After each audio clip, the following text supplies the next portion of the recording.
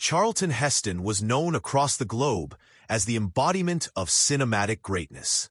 With powerful roles in films like Ben-Hur, The Ten Commandments, and El Cid, he shaped the image of the heroic male lead during Hollywood's golden era. His performances commanded attention and often portrayed figures larger than life.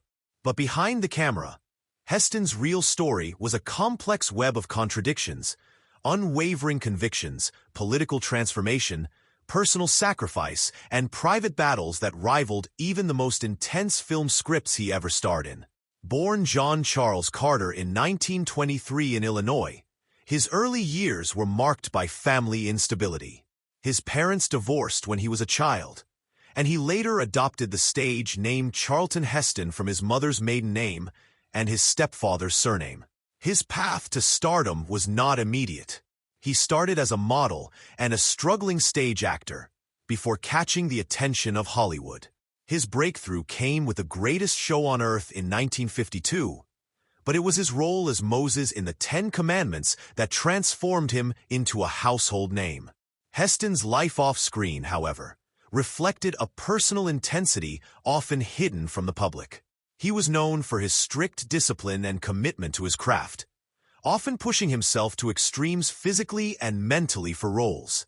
His performance in Ben-Hur earned him an Academy Award, but behind the scenes, he was battling the physical toll of the chariot race sequence and maintaining a grueling work ethic that left little room for personal indulgence or rest.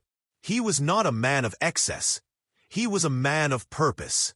As his career progressed, Heston became increasingly involved in political activism.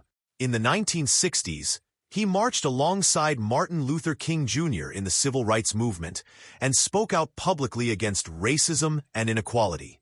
At the time, this was rare for a Hollywood star of his stature.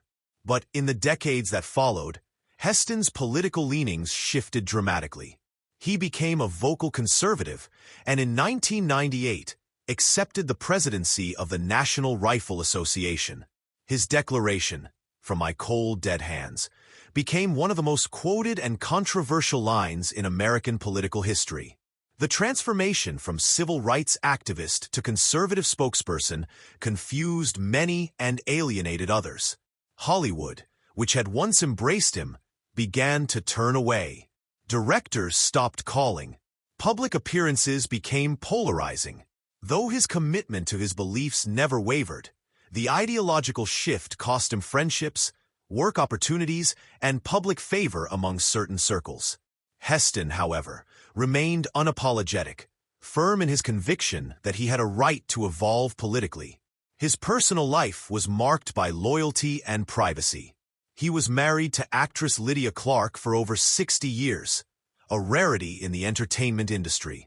Together they raised 2 children, and Lydia remained by his side through his toughest periods, including the final years when Heston battled Alzheimer's disease. The disease slowly took from him the voice, memory, and presence that had defined his public image for so long. He withdrew from the public in the early 2000s, only occasionally seen in private family settings. His decline was steep and hidden.